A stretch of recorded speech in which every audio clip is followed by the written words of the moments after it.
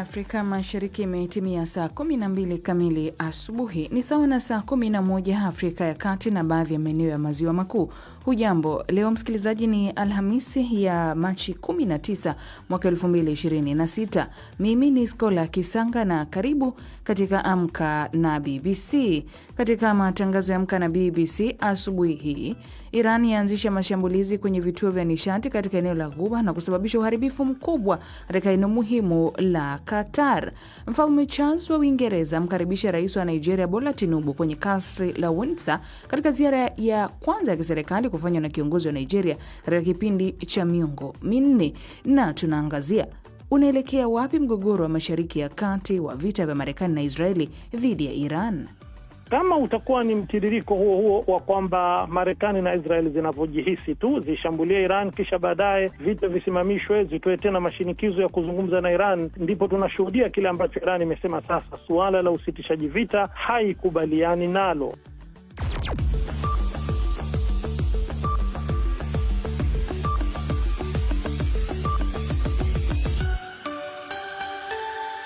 Naam, tutaziangazia taarifa hizo na nyingine kwa kina baada ya mwenzangu Phyllis Mwate kukusomea muktasari wa habari za ulimwengu. Phyllis, karibu.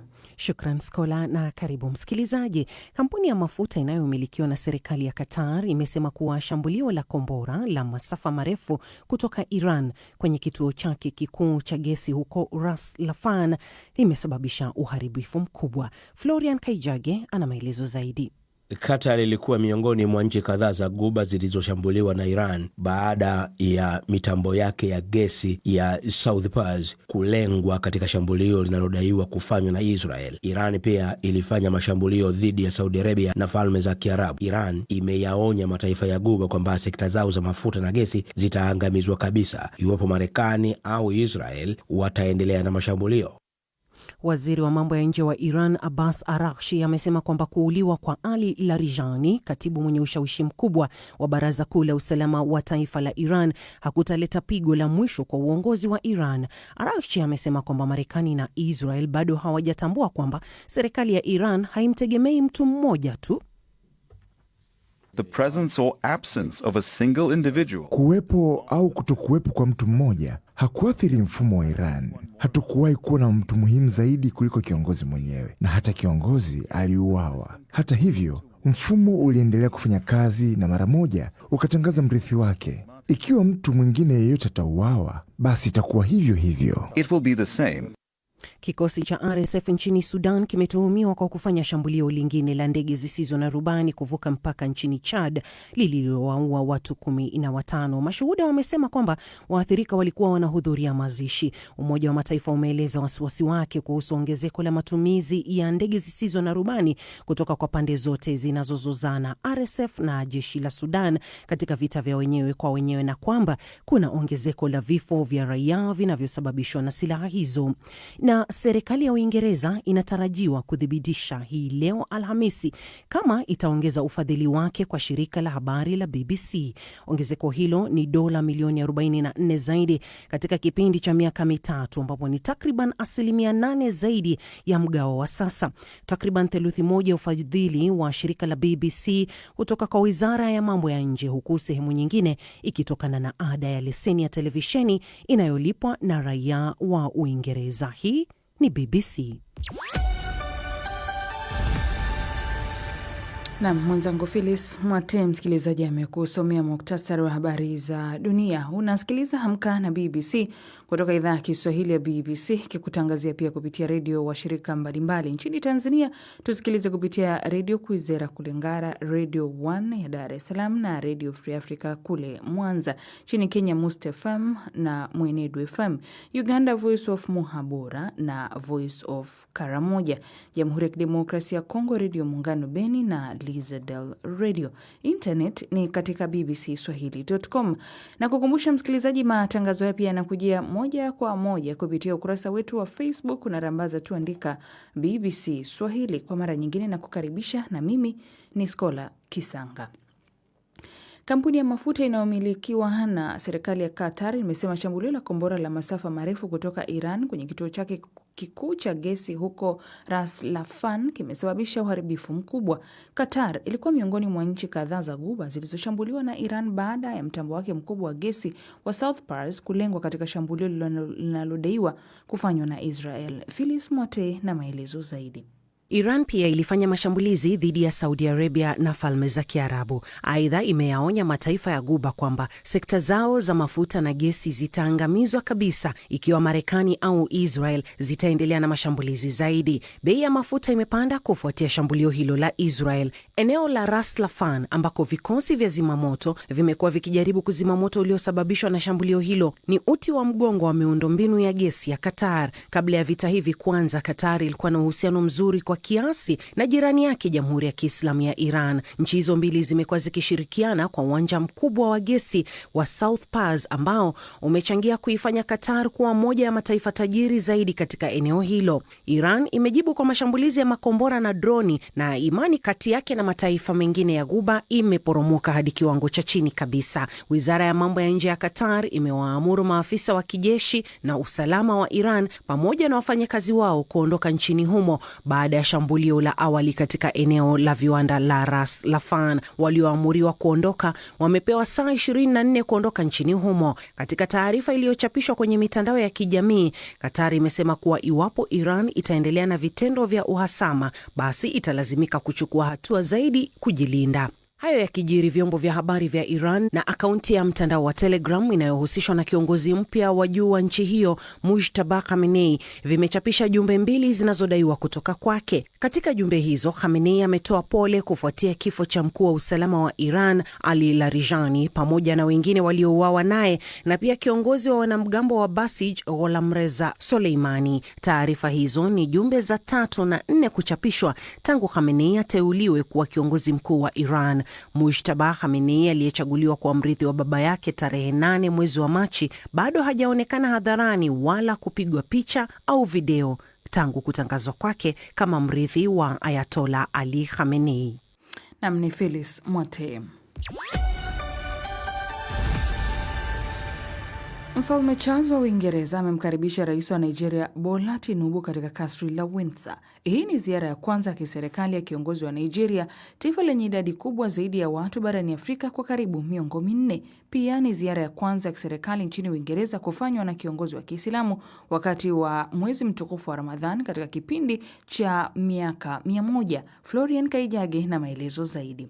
Mfalme Charles amesifu uhusiano kati ya nchi hizo mbili kama ushirikiano wa usawa. Hata hivyo, akirejea historia ya ukoloni wa Uingereza nchini Nigeria, alikiri pia kuwepo kwa kile alichokitaja kuwa alama zenye maumivu katika historia ya mataifa hayo. Aidha, Rais Tinubu amesema Nigeria na Uingereza zinashiriki dira ya maendeleo inayotegemea heshima ya pande zote na maadili ya pamoja. Hotuba ya mfalme vile iligusia umuhimu wa heshima ya kidini, akisema watu wa imani tofauti wanaishi na lazima waishi pamoja kwa amani. Pia alimwambia Rais Tinubu na mkewe Olureni Tinubu kuhusu umuhimu wa washirika kama Nigeria na Uingereza kusimama pamoja katika nyakati ngumu, hasa wakati mawingu ya mvua yanapokusanyika. Ziara hiyo ya siku 2 ilianza Jumatano asubuhi kwa mapokezi ya kifahari. Rais Tinubu ni Muislamu na mkewe ni Mkristo, na wawili hao walihudhuria tukio la kidini la pamoja katika kasri la Windsor lililolenga kuimarisha maelewano ya kidini. Ziara hiyo inafanyika wakati Nigeria ikikabiliwa na mvutano wa ndani kufuatia mlolongo wa mashambulizi ya kujitoa mhanga katika jimbo la kaskazini mashariki la Borno, ambapo watu wasiopungua 23 waliuawa na wengine 108 kujeruhiwa katika mashambulizi yanayodaiwa kufanywa na wanamgambo wa Boko Haram. Ziara hiyo pia inatarajiwa kuimarisha uhusiano wa kibiashara, ikiwemo sekta ya huduma za kifedha, na kuimarisha uhusiano kwa ngazi ya familia, ikizingatiwa kuwa watu wapatao 270,000 waliozaliwa Nigeria wanaishi Uingereza. Nam ni taarifa yake Florian Kaijage. Duniani kote, hasa katika maeneo ya mashinani, ukunga umefahamika kama kazi ya wanawake. Ila katika eneo la Tiatu, kaunti ya Baringo, mkunga wa kiume Robert Aule anajizolea umaarufu kwa kuwa mkunga wa pekee katika eneo lake na anayewawezesha zaidi ya watoto 600 kuzaliwa kulingana na kumbukumbu za hospitalini. Aule ameweka kitabu maalum kinachonakili wanawake wajawazito ambao amewahudumia mpaka wakajifungua. Lakini je, ni kitu gani kinachomhamasisha kufanya kazi hii? Agnes Penda amekutana naye katika zahanati ya Ngoron na hii hapa ni taarifa yake. Mmoja baada ya mwingine, akina mama wajawazito na wale walio na watoto wachanga wanawasili katika uwanja wa zahanati ya Ngoron. Ni siku ya kliniki ya kina mama wajawazito na watoto. Wamekuja kumwona daktari wao kama wanavyomuita hapa,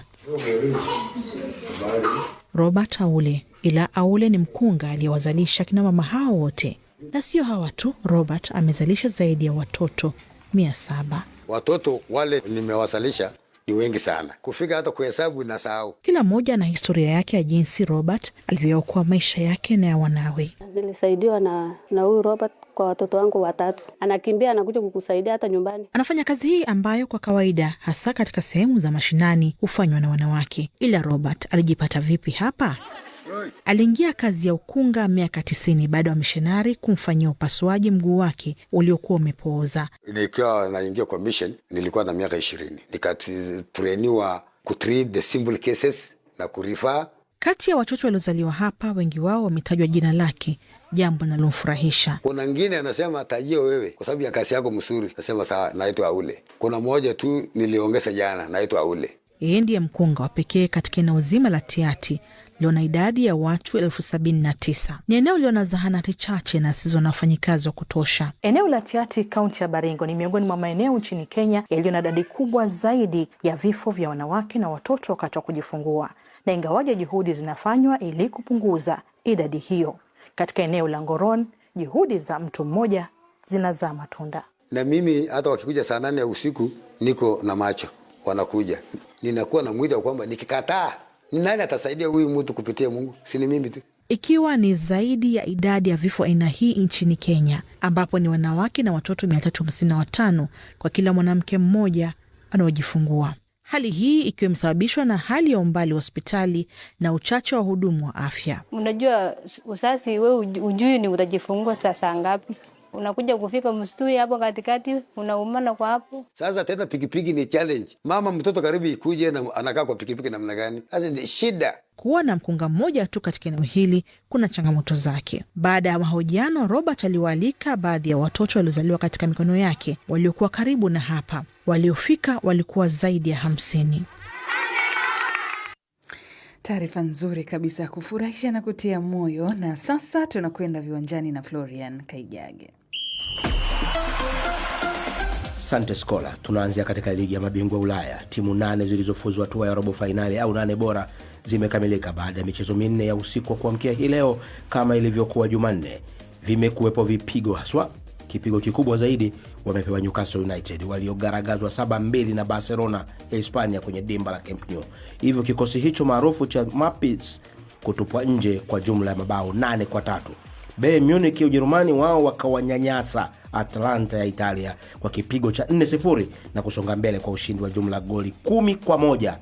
Tottenham ya England wao walikubali kumaliza mwendo kwa kushindwa jumla ya 7-4 licha ya kushinda nyumbani 3-2 dhidi ya Atletico Madrid. Liverpool wenyewe wakiwa nyumbani Anfield wakafanikiwa kupindua meza na kuwachapa Galatasaray ya Uturuki 4-0 na kutinga robo finali kwa jumla ya 4-1. Hii leo la Alhamisi ni usiku mdogo wa Ulaya ambako kuna michezo 16 ya marejeano ya hatua 16 bora katika mashindano ya Europa League na Conference League. Lionel Messi amekuwa mchezaji wa pili katika historia ya soka kufikisha magoli 900 ya daraja la juu baada ya kufunga katika mechi ya Inter Miami dhidi ya Nashville SC Jumatano. Mchezaji huyu wa kimataifa wa Argentina alifunga bao hilo la kihistoria baada ya dakika 7 pekee katika dimba la Gold's Park mjini Tennessee katika mchezo wa mkondo wa pili wa hatua 16 bora wa kombe la mabingwa wa CONCACAF. Mshambuliaji huyo mwenye umri wa miaka 38 amezifuma nyavu mara 81 katika michezo 92 tangu aliposajiliwa Juni 2023 na kuisaidia Inter Miami kushinda kombe la ligi na kombe la MLS. Mshindani wake wa miaka mingi Cristiano Ronaldo ana tayari magoli 959. Mchawi wa soka raia wa Brazil Edson Arantes do Nascimento maarufu Pele alidai kufunga magoli zaidi ya 1000, lakini wataalamu wa takwimu wanasema alifunga magoli 778 katika michezo iliyo rasmi. Tumalizie na mbio za baiskeli. Tom Pidcock alifyatuka dakika za mwisho na kufanikiwa kushinda mbio za baiskeli za Milano Torino katika maadhimisho ya miaka 50 tangu kuzinduliwa kwa mbio hizo za kale zaidi duniani. Mchezaji huyo wa Pinarello Q36.5 alikuwa akishiriki kwa mara ya kwanza katika mbio za siku moja za Italia. Aliwaacha mbali washindani wake katika mita 600 za mwisho na kushinda makala ya 106. Kwako Skola Kisanga. Na asante Florian.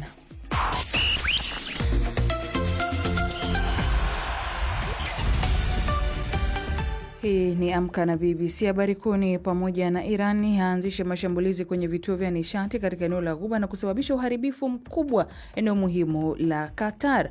Mfalme Charles wa Uingereza mkaribisha rais wa Nigeria Bola Tinubu kwenye kasri la Windsor katika ziara ya kwanza ya kiserikali kufanywa na kiongozi wa Nigeria katika kipindi cha miongo minne. Na muda mfupi ujao tunaangazia unaelekea wapi mgogoro wa Mashariki ya Kati wa vita vya Marekani na Israel dhidi ya Iran. Hii ni BBC.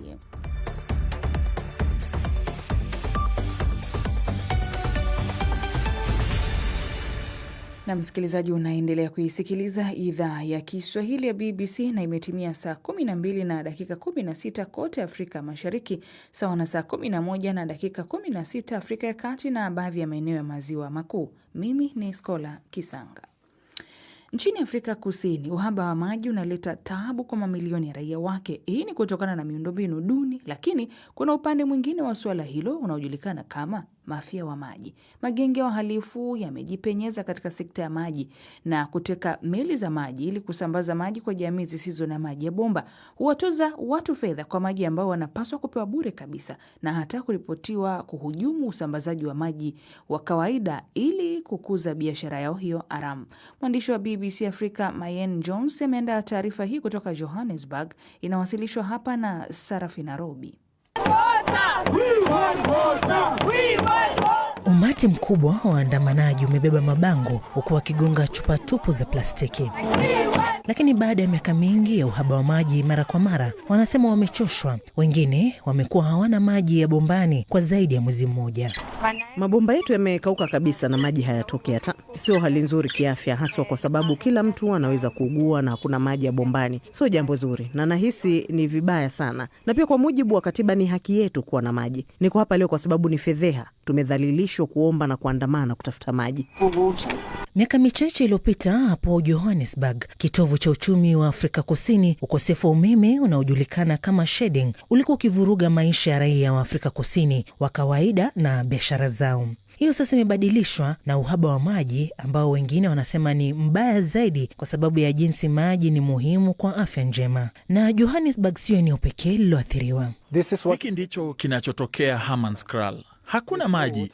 Watu wanatafuta maji. Chipo anaishi Hammanskraal, zaidi ya kilomita 100 kaskazini mwa Johannesburg.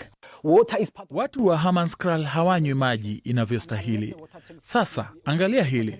Kwa muda wa miezi miwili hakuna maji. Sasa shule zinafungwa. Watoto wanahitaji kuoga kila siku. Sare zao zinapaswa kuoshwa.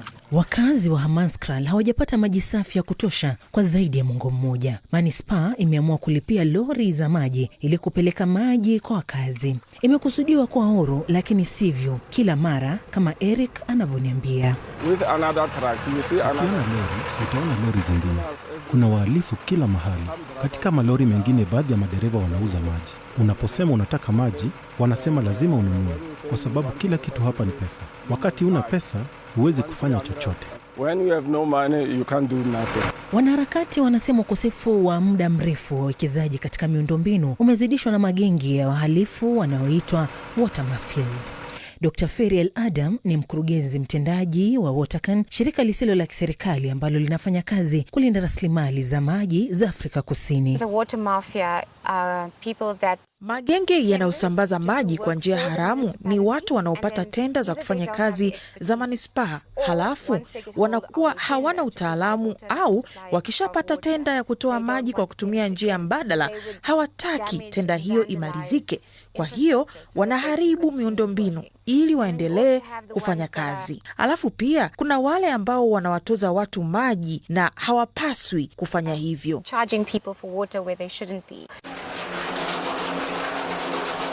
Tuliwasiliana na mamlaka eneo hili ili kuuliza jinsi wanashughulikia swala hilo, lakini hatukupata jibu. Mwaka jana Rais Cyril Ramaphosa alihimiza utekelezaji wa sheria kukomesha magenge ya wahalifu yanayoendesha shughuli za maji, ila wakazi wa hapa wanajua mwisho huo hauwezi kuja hivi karibuni. Nam ni Sarafina Robi, huyo ameiwasilisha taarifa ya mwandishi wa BBC Afrika Mayen Jones. Na kama ulivyosikia katika muktasari wa habari, lakini na taarifa yetu kuu ni kwamba kampuni ya mafuta ya Qatar inayomilikiwa na serikali inasema shambulio la kombora la balistiki la Iran kwenye jengo lake kuu la gesi huko Ras Laffan limesababisha uharibifu mkubwa. Qatar imekuwa moja ya nchi za Ghuba zinazoshambuliwa na Iran baada ya kituo chake kikubwa cha gesi cha Pars Kusini kupigwa katika shambulio linaloripotiwa kufanywa na Israel. Iran pia ilianzisha mashambulizi dhidi ya Saudi Arabia na Umoja wa Falme za Kiarabu. Tehran imeonya mataifa ya Ghuba kwamba viwanda vyao vya mafuta na gesi vitaharibiwa kabisa ikiwa Marekani ama Israeli itafanya mashambulizi zaidi. Bei ya mafuta inapanda baada ya mashambulizi hayo. Sasa unaelekea wapi mgogoro huu wa Mashariki ya Kati? Awali nimezungumza na wachambuzi, Mali Ali akiwa Ufaransa pamoja na Abdul Fattah Musa alikuwa akiishi Tehran nchini Iran.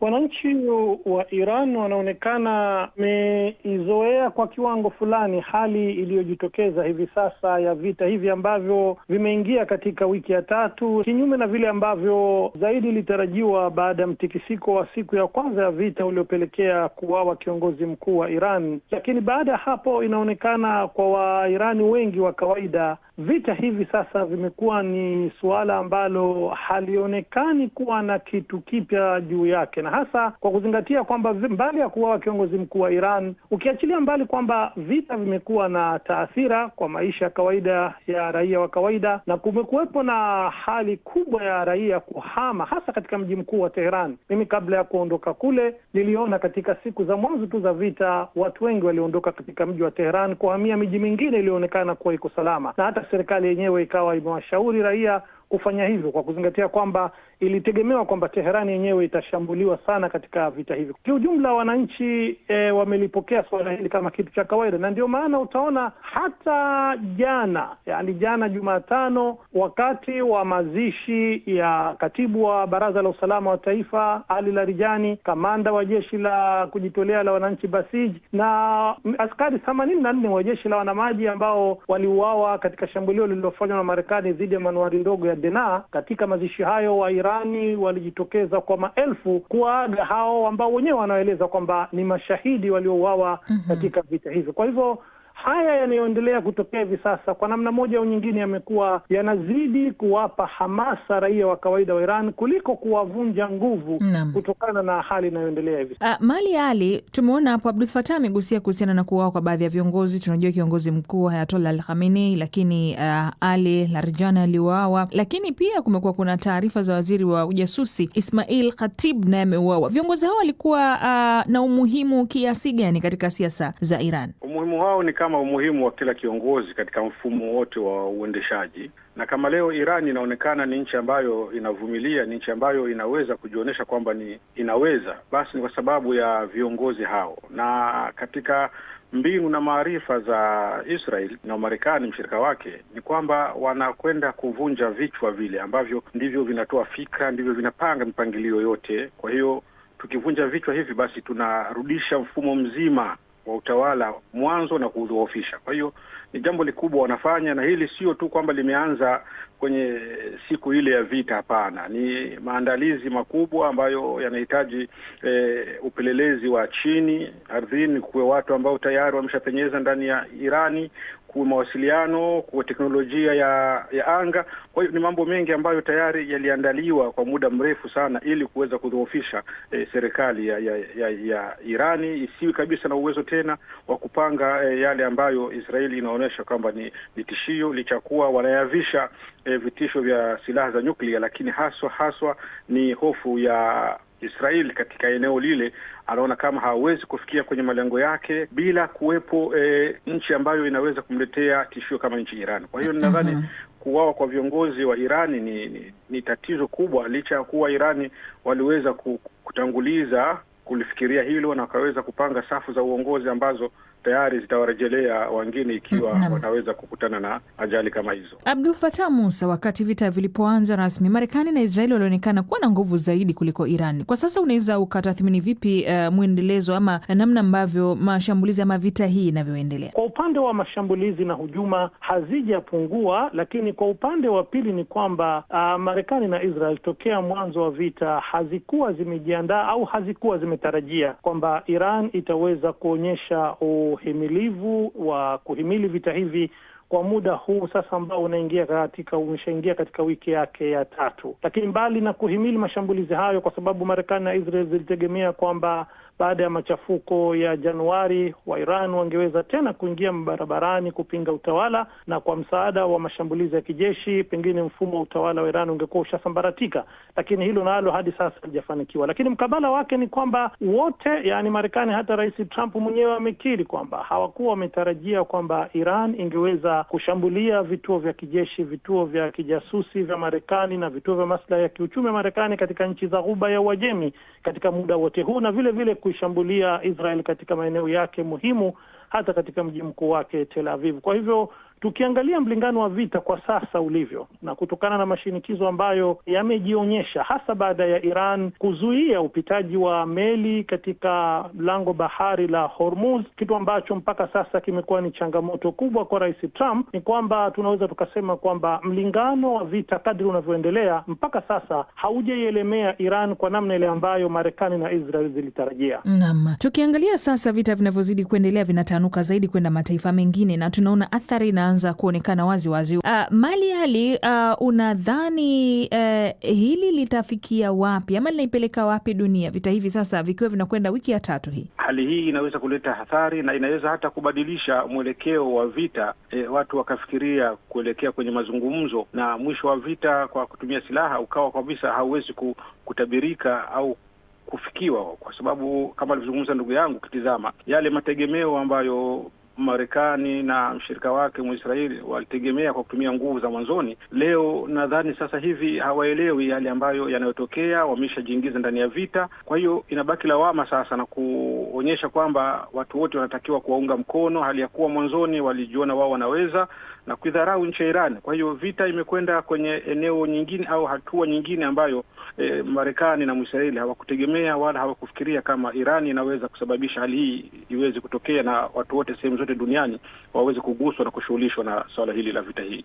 Naam, Abdul Fattah Musa, kwa kumaliza tu, je, njia ya kidiplomasia bado ina uwezo wa kuweza kumaliza mzozo huu ama vita hivi vya Marekani na Israeli dhidi ya Iran? Mimi binafsi sina matarajio makubwa sana na hatua za upatanishi, kwa sababu ukiangalia tunachoshuhudia sasa tokea Juni mwaka jana, kumekuwa na hali fulani ya mzunguko, yani mzunguko wa vita. Ilitangulia Israel na Marekani zikaishambulia Iran, kabla yake kukiwa kumefanyika mazungumzo baina ya Marekani na Iran, na kisha baada ya kushambuliwa Iran, Marekani kaamua baadaye kusimamisha vita, kisha baadaye ikataka tena mazungumzo na Iran, na baada ya kufanya tena mazungumzo na Iran na kuonekana matumaini makubwa ya kuweza kufikiwa mwafaka, zikaamua tena kwa kushirikiana na Israel kuishambulia tena Iran. Kwa hivyo kama utakuwa ni mtiririko huo wa kwamba Marekani na Israel zinavyojihisi tu zishambulie Iran, kisha baadaye vita visimamishwe, zitoe tena mashinikizo ya kuzungumza na Iran, ndipo tunashuhudia kile ambacho Iran imesema sasa, suala la usitishaji vita haikubaliani nalo, inalotaka ni kukomeshwa vita dhidi yake. Hili suala la kukomeshwa vita kweli litaweza kudhibiti na hatimaye kupatikana suluhisho la moja kwa moja, hicho ndicho kitendawili. Naam, ni Abdul Fattah Musa alikuwa akiishi Teherani nchini Iran, pamoja na Mali Ali, mchambuzi akiwa kule nchini Ufaransa. Na hapo ndipo tunatamatisha matangazo haya, yamesimamiwa na Phyllis Mwate, fundi mitambo Samba Tenzi. Mimi ni Skola Kisanga, asubuhi njema.